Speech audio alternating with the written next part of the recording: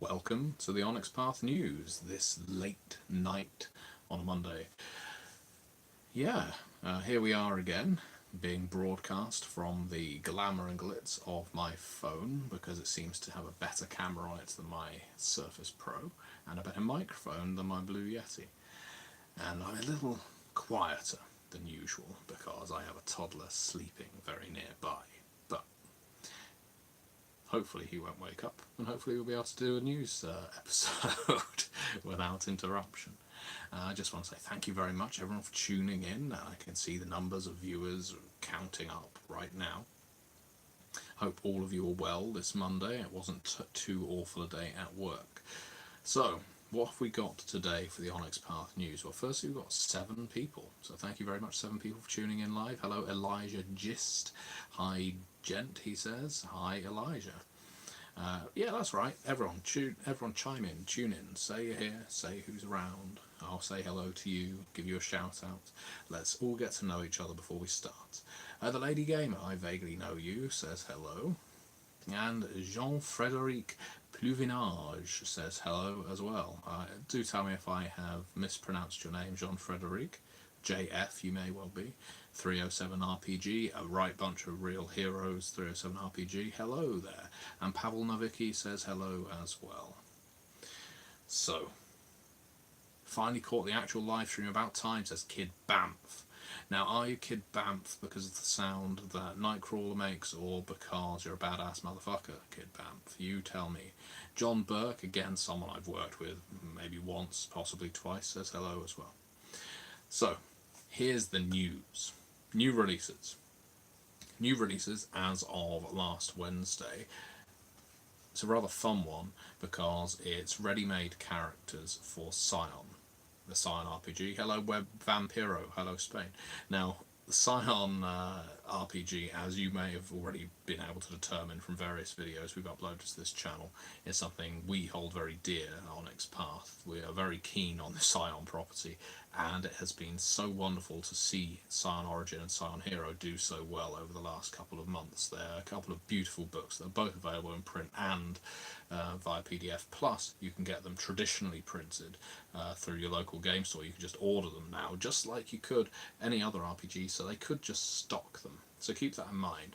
Now, I know that not everyone has the time to just create a character for a session, and that's what ready-made characters are for. They're there to provide a diverse cast of heroes that you can play right out of the box for Scion 2nd edition. So do check out the Scion ready-made characters book. It's nice, it's simple, and I've got a bit of a personal investment because one of my favourite projects, one of my first, I guess, not high pressure, one of the first projects where I had an awful lot of weight put on me to deliver was the Vampire the Masquerade ready-made characters book for V20. Eddie Webb was the developer, I was a writer, and I was the only writer on that book. And it wasn't a big book by any means. I just had to write 13 different characters, do some coterie charts as well, and you may have read it. You can buy that on DriveThruRPG too. It's very low cost. But having an entire book to myself was quite a task. It wasn't something I'd ever done before. Everything else I'd been collaborative, I'd been working with other writers, and yeah, I could go back and forth with Eddie as my developer, but I know the amount of joy, amount of passion and enthusiasm that has to go into a book where you are the sole author, or where the focus is so, I guess, refined. And just writing characters, it seems like a simple task, but writing characters for an audience is always something quite interesting. So yeah, if you're looking for characters, whether it's to play as, or whether it's to have as supporting cast or as antagonists, all of those work, and they're all in the Scion ready-made characters book.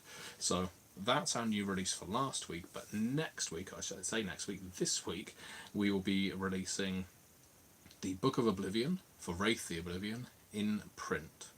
So it's already been available in PDF for backers of Wraith the Oblivion, I believe. It will now be available on print on demand and for download from DriveThruRPG. So all the errata has been plugged in, I've done that. All the changes that were necessary have been made. So Book of Oblivion will be available for all of you people who love Wraith. Howdy, Rob Walker Films. And now, anyone watching this who just saw Rob Walker Films comments, say howdy gentlemen, there's a little story. Rob Walker was, I guess, one of the first subscribers to my YouTube channel way back when, in 2009 or 2010, which is that's a nice amount of time to be keeping up with someone online. And at one point, because Rob is a movie director, among many other talents, and he has in fact recently written for me on the Threats book for They Came From Beneath the Sea. I did a movie review for him, and he did an RPG review for me. He reviewed the Ghostbusters RPG on his channel. I reviewed Battle Royale, the Japanese movie you've probably heard of, on my channel. And that video got taken down for copyright because I didn't quite get that fair use thing quite right and put a few too many clips of Battle Royale in my review. But yeah, there's a story for you, and there's Rob Walker, first time writer for us on Threats from Beneath the Deep, I think. And I'm redlining that book as of this week. So, moving swiftly on, what else do we have? Well, we have Kickstarter coming up. Now, if you missed this video over the weekend, that's alright. Deviant the Renegades is a Chronicles of Darkness game that will be on Kickstarter for us soon. That will be our next Kickstarter. That's a good question, Michael Mullin. Redlining, I'll get back to that. So Deviant is a game in which you're playing the remade. You're playing people who have been experimented on in laboratories. You're people who have volunteered for lab tests. You are people who have been brought back from the cusp of death to find their bodies altered. You may well be something vat bred. You may be something quite inhuman, yet at its core still desperately striving to be human. There's some similarities to Promethean there, but most of all it's about rebellion. It's about being a renegade. It's fighting against the conspiracies that created you and want you for some purpose. Exactly like Cyborg from Teen Titans, Kid Bamf, like Robocop, like Orphan Black, like pretty much every David Cronenberg movie. Think of the Fly, even. That's someone who makes himself into a deviant. So Deviant the Renegades will be our next Kickstarter, and there is a video on this very channel, you can go back and find it, where I ask you to pose questions for the creators of Deviant, because I'll be interviewing them, or Travis Legg will, on our Twitch channel very soon, and when he does, or I do, we will pose some of those questions, and we will pose your live questions too. So please do check that video out if you're interested in the Deviant the Renegades Kickstarter. And if you're interested in Deviant and you just want a teaser of it, a taster, you can find out more about Deviant the Renegades in the Contagion Chronicle manuscript, because there is an entire chapter co-written by John Burke, who is in this chat, set in Santiago, Chile, for which Deviant is the focus. The writers had access to the Deviant manuscript, so there are multiple products with pieces of Deviant coming out, including Dark Eras 2, in fact. So yeah, there's a lot of Deviant to be found, and it will be our next Kickstarter. Look forward to that. And I know I mention this every single time, but Backerkit is a thing, and you should be using it. If you missed out one of our Kickstarters, do not despair, because as long as that book has not been released, the likelihood is you can still go on Backerkit and back it now, in print or in PDF. And I mention that today specifically because of Chicago by Night. Now, I mentioned last week Chicago by Night for V5 has been received spectacularly well. I'm very grateful for all of your loving words for myself, the writers, the content, the art, the editing, all the rest. But you may have missed the Kickstarter, and you may be thinking, well, now I've got to wait for it to be on general release. No, you don't. What you have to do is go on Backerkit, backerkit.com, type in Chicago by Night, and when you do, you can still purchase the PDF and you will get the link almost immediately. So you can still back it. And I checked the numbers today, in fact, and I can see the sheer number of people that have backed Chicago since the Kickstarter has closed is substantial, I'll put it that way. I don't want to talk out of turn in terms of monetary figures, but it's been very generous. The number of people who missed the Kickstarter but have continued to back it on Backerkit, it's good to see. So don't feel like you missed out. You haven't. You can still get in there. Now, I was just asked about what red lines were. So that's part of the development process of a book. So I've been through this a few times, but I can make it quick. So first things first, you have a pitch for the book. That's step one. You pitch the book. You pitch the high concept. You might break down what the chapters will contain, a rough word count, rough page count. Providing that gets approved, you then do an outline. Outline is where you really break down what goes into each chapter and what each writer is going to write. You don't tend to stymie the writer's creative freedom, you give them a structure in which to build. Different developers give a different amount of structure depending on who they are and what the book requires. So the outline gets delivered to the writers, they get first drafts. First drafts is where they work, and they should collaborate. Good writers will work with the other writers on the book so that their chapter doesn't seem incongruous. It needs to all fit in quite often with an RPG, as you've probably found. If you've ever read an RPG where each chapter feels like it's in a different voice and they could all belong to a different book, the writers probably didn't collaborate. But if it all feels attached, the writers did collaborate, or the developer had to do an awful lot of work behind the scenes to make it that way. So first drafts get written by the writers, they then get turned over to the developer, and the developer at this stage has to redline that work. Redlining is going through each of those drafts, and I'll get onto you, Edwin, in a second. That was jarring. The developer redlines the drafts, and when they do, they are basically looking out for things like content to make sure each chapter matches, that there's no glaring inconsistencies. They're making sure system makes sense. They're making sure grammar makes sense, and basically they're just trying to polish off the work and give firm direction.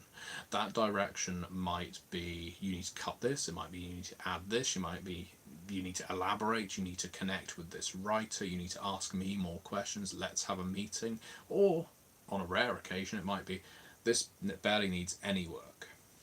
Passive voice, as the Lady Gamer has just pointed out, is a big issue, especially in first-time writers' drafts. Passive voice comes up quite often. And if you're not familiar with what passive voice is, it's a way of speaking that isn't active. So that's what redlining is. I'll get onto the rest of the process later.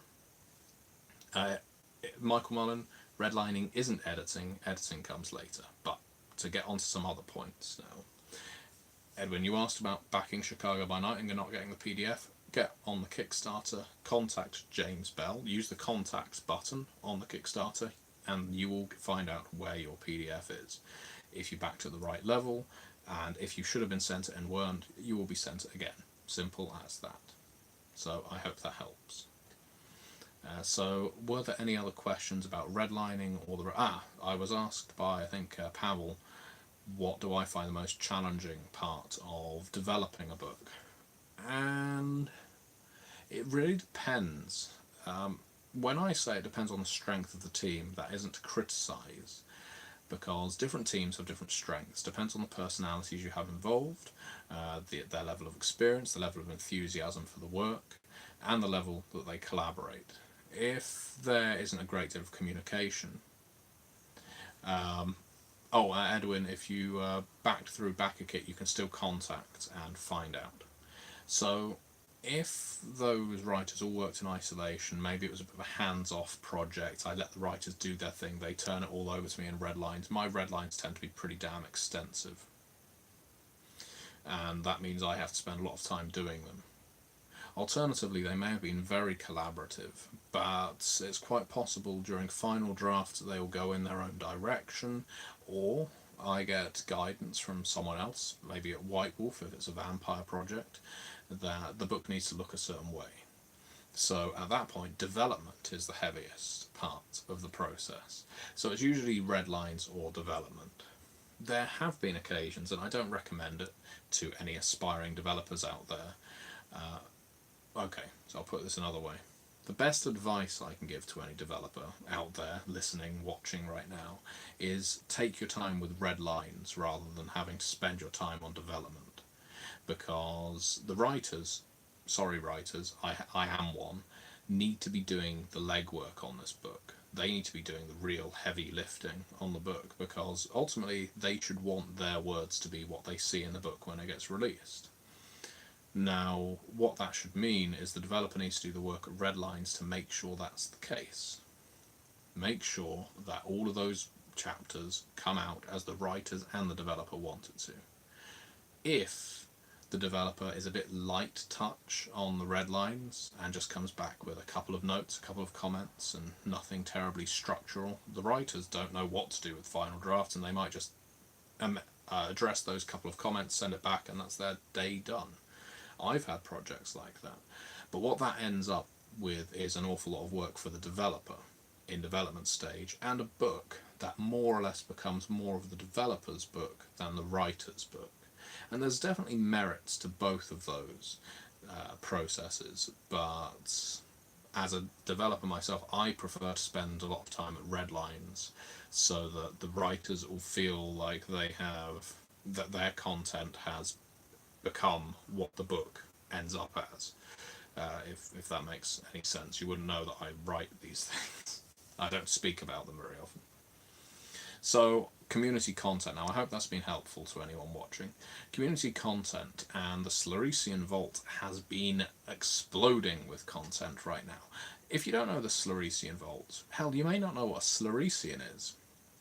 Sluricians are primordial psychic creatures that lived in the world of Skarn.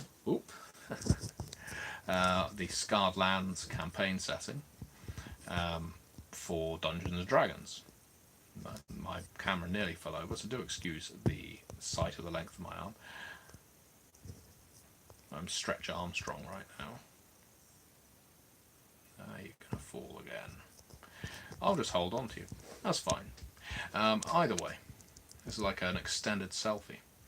I'll feel crucified by the end of it. So the Sluricians are a primordial race in Scarred Lands, and we have the Slurician Vault, which is a community content program for Scarred Lands and D&D 5th edition, and you can get onto it through DriveThruRPG or just by typing in Slurician Vault. Now, why am I mentioning it is because Travis Legg has been leading up a community content campaign called The Vengeance of the Shunned for Scarred Lands. And there's so many products for it out now on the Slurician Vault, and it's fantastic to see, and they're selling really well. I recommend you check them out. If you're a D&D player, and plenty of you are, I know, then look up Vengeance of the Shunned, or look up the Slurician Vault, because we're going to be starting an actual play of this on the Onyx Path Twitch channel very soon, and you will not want to miss it. It's a brilliant campaign. So with that said, I'm just going to try and adjust my camera again and hopefully not lose all these viewers while I'm doing it. Seem to have lost a bit of my tripod. No one wants that. I say, Miss Moneypenny, I appear to have lost a bit of my tripod. Oh, James.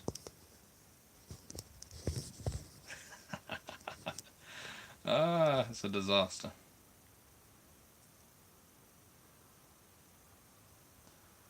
Come, come, Mr. Bond.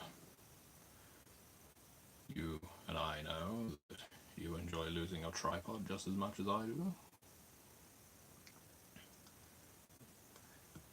When I lose my tripod, Mr. Scaramanga, I do it for Queen and Country, but I admit that losing my tripod for you will be a pleasure.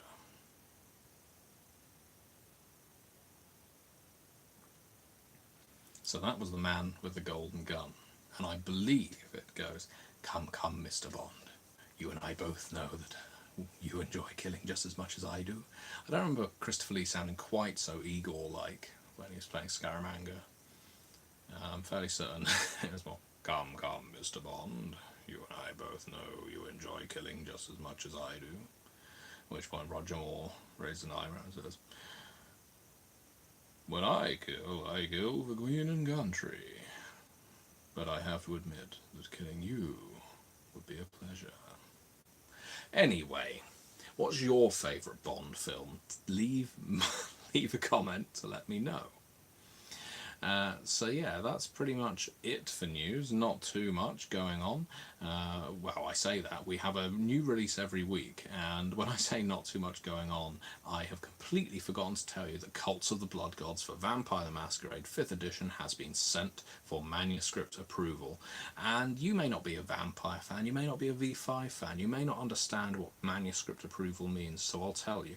It's after I have developed a book for Vampire, or any of us, with a White Wolf licensed property or another property that's licensed by another company, gets sent off to White Wolf for approval. They need to read through the manuscript, make notes, tell us whether it's what they like, whether they need us to add or remove things, just like we do to the writers.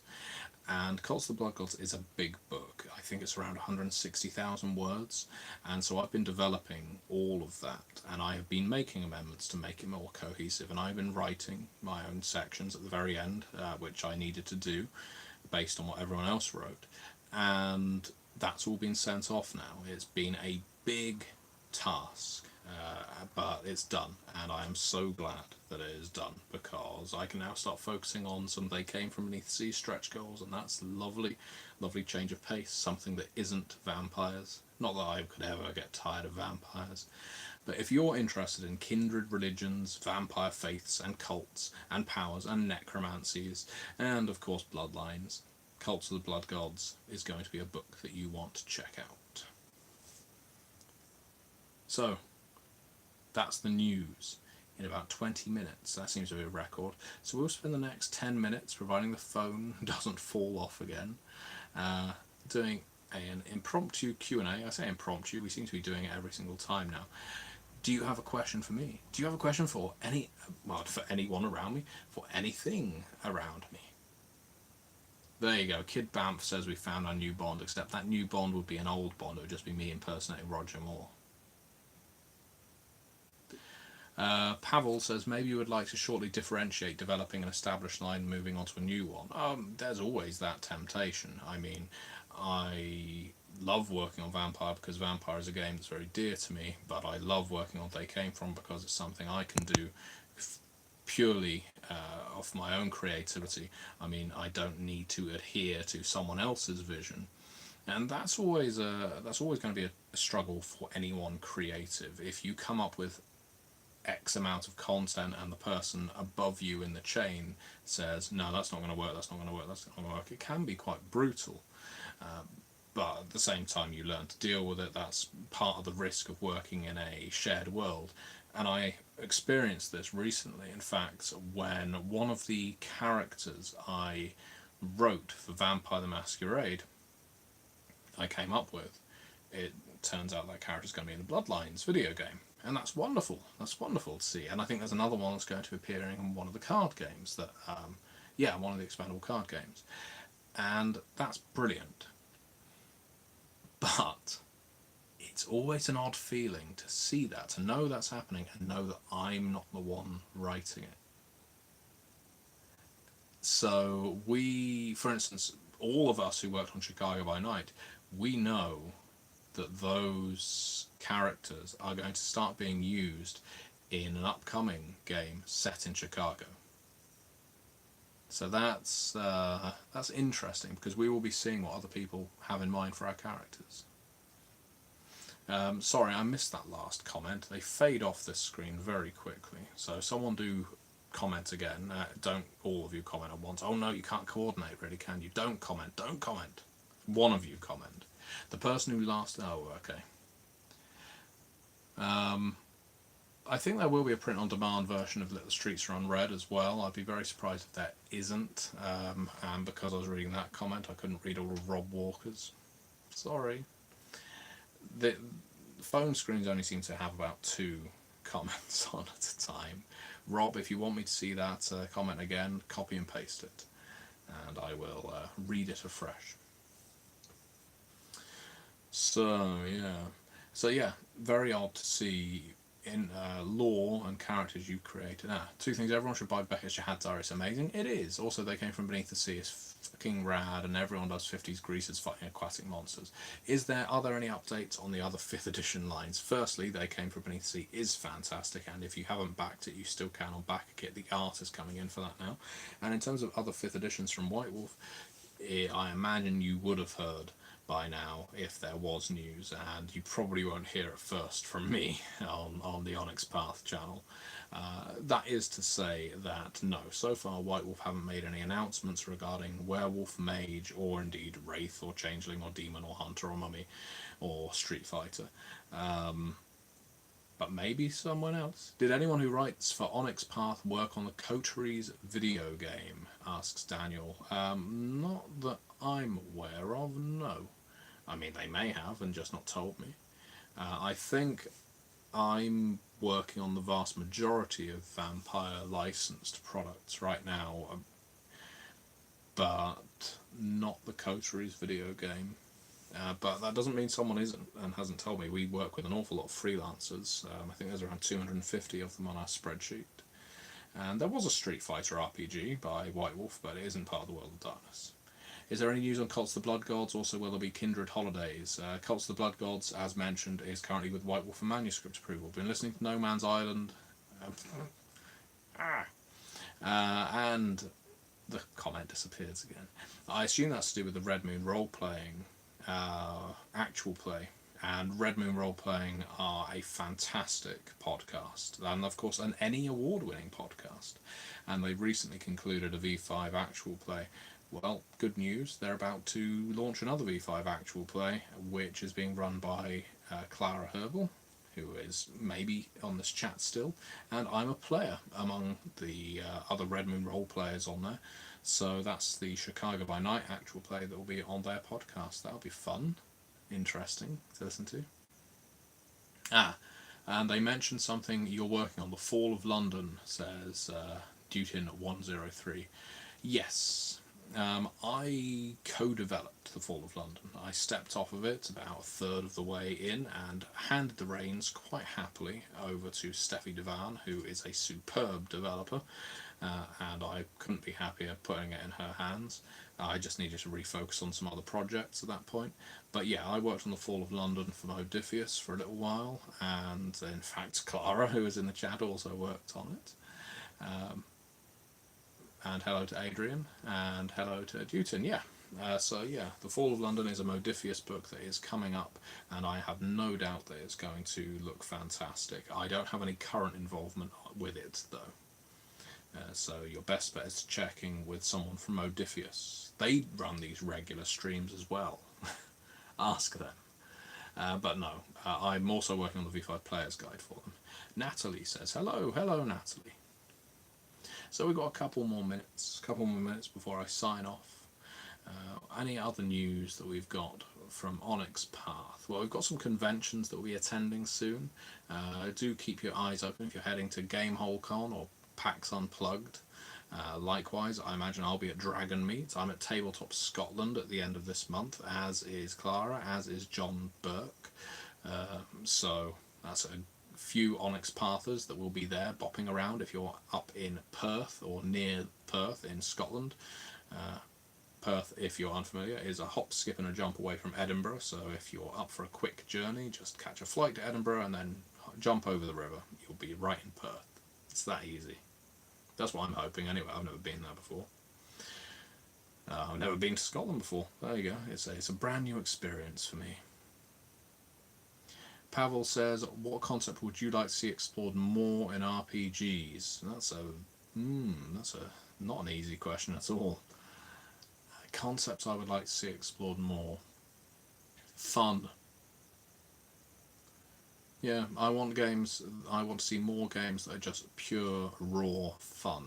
I think that's why I really enjoy running They Came From Beneath the Sea at conventions and in my home game, because it's great to see people just laughing at the table. I play so much horror.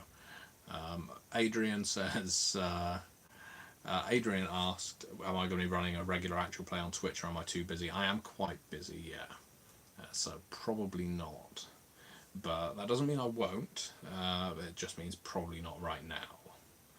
So let's see, what other things do we have? Now, don't you talk right now, because I think I'm going to be able to find some of these questions that I've missed. There we go. Ha ha ha. David Fuller is on the Athens, Ohio Scion stream that's coming up on our Twitch channel. That's a good point. David is one of our newest writers, but he is also on our Wraith the Oblivion actual play. So there you go. He's a man for all seasons. Michael Mullen says, will there be a Storyteller's Vault-like thing for V5? You'd have to check with White Wolf, Michael. Adrian says, are you going to run a regular game? There we go, I'm catching up. What kind of game is Coma Ward? I've always seen it behind you. Coma Ward is a Mansions of Madness style. Is that the one I'm thinking? No, a House on Haunted House on the House on Haunted Hill. Does that make sense? You know the game, where it's a different scenario every single time you play. That is that kind of game where you are patients in a coma ward and you unlock clues. You open an envelope. It tells you about who you are, but not the rest, and then you will have an objective and something weird will start happening, often something supernatural, but sometimes there'll just be one of you as a serial killer. It's a fun board game. I recommend it. Are we getting a video about the mechanics of the story path system? We're going to get multiple videos about the story path system, Jutin, and tune into our Twitch channel for that, because you'll be able to ask questions live as they're being uploaded. Hello to Brazil, Cronistas das Traverse. Long time no see to you as well. So we've got about 2 more minutes of questions, which means I will take 2 more questions. Do any more of you have questions for me? Do you? Do you indeed? Could be Onyx Path related. Ideally it'll be Onyx Path related, but if it's not, that's fine as well. I am at liberty to answer whatever you ask, providing I can. What is the oldest book on your shelf? That's a good question, David Fuller. Let's find out. I do have GURPS The Prisoner here. That's quite an old one. I've got some basic D&D up the top there. You're making me guess now. Let's see. This might be the first time anyone's ever seen that I do wear trousers when I do these videos. There you go, probably that one. Original Tomb of Horrors. That's probably the oldest RPG that I have on my shelves. I mean, there might be some board games that are a bit older, in fact, because I've got some old MB games, like, I think they're MB games, like Railroader. Waddington games, I should say. So, yeah, there you go, that's the answer to your question. How's fatherhood treating me? Asked Newton. Lovely, I love being a dad, it's the best thing in the world. Will the Hecata have a form of necromancy? They wouldn't be the Hecata if they didn't, James. Sumi, I'm running a game that deals with the possible destruction of the God Machine or its ending from acting on Earth. Good idea or bad? I think it's good. If you can come up with an interesting story related to the God Machine's destruction, roll with it. I think it deserves to be brought down a peg or two, ideally with something contagious. Daniel Wright says, whoa, I love The Prisoner, never knew they made an RPG of it. Believe me, Daniel, GURPS made an RPG of everything. There is even a GURPS World of Darkness. If you aren't aware of that, there is a GURPS Vampire the Masquerade through to Mage the Ascension. Elijah says, what will feature in the Blood Cult book for V5? Barring White Wolf saying we can't do that because we've got plans for them later, we have the Church of Cain, the Bahari, the Hecata, of course, being the Clan of Death in its myriad of forms, the Church of Set, Los Hijos de Si. We have Ash Finders, being thin bloods that eat ash. It's less weird than it sounds.